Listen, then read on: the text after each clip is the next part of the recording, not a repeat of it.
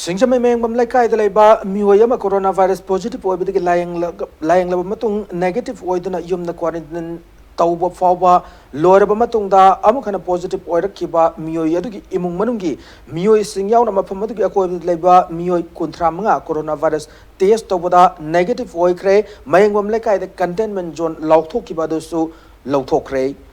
Positive oil bagi lying laga negative oil kraba muay sing amukana test tabu ki mathau tadre miyam nasu pakhat ningai oidre hari hiramasi ki matang the impact news ki reporter Catherine Prem Chana madi camera person El Kabiyani daki akana bapauda mama coronavirus positive oiru badagi farak kraba muay ama masagi mayumda leireba matungda amukana positive oirak badagi mafam adugi akoi bida leiba miyamna coronavirus asi mafam aduda Sandora Lagadra Haina, Mipai Noribasi, Mipai Pam Toktaba,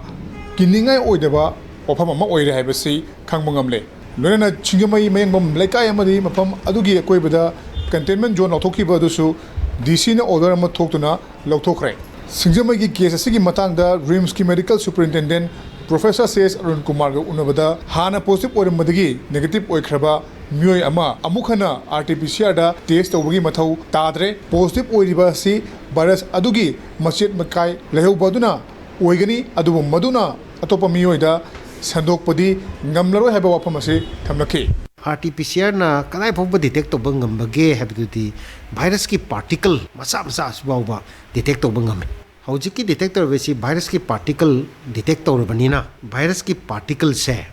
masi infection tauba ngambagi sakti leibra leitabra haibasi akoi nam sine akoi study tawdus adandi asymptomatic ta numit tarani leigraba adurdi hojiki nupasina atopa mida infect tobe ngamai capacity si leitre haibani adandi magi di numit si yamna hogre mayumda su hapta hu quarantine tokthokre asymptomatic su oire ado virus su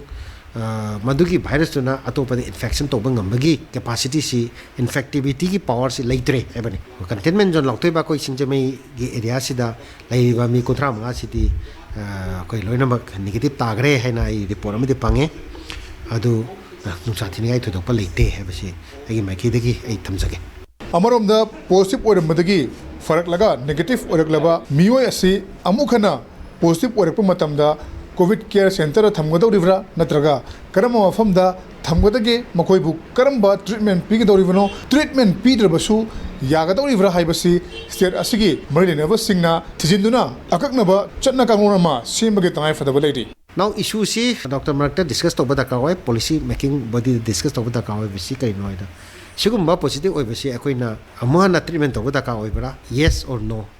The car we regard Masi Hostel the Hanegi COVID positive, Hamba fresh positive patients in Marta Taminaga Taminoidra, heavy issues la air.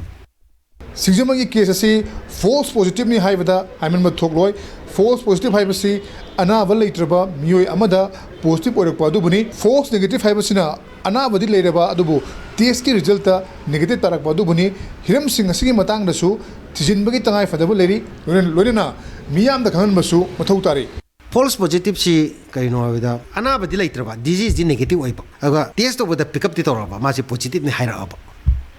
Whereas patient did not have any disease negative, whereas laboratory test na positive lab. Adurity was a false positive and high. Adoga Machi Kamaito in a virus ki Masit Makaido. Virus ki Masit Makaisi, Machi Akogi Surgeon give forum that you discussed over Association of Surgeons of India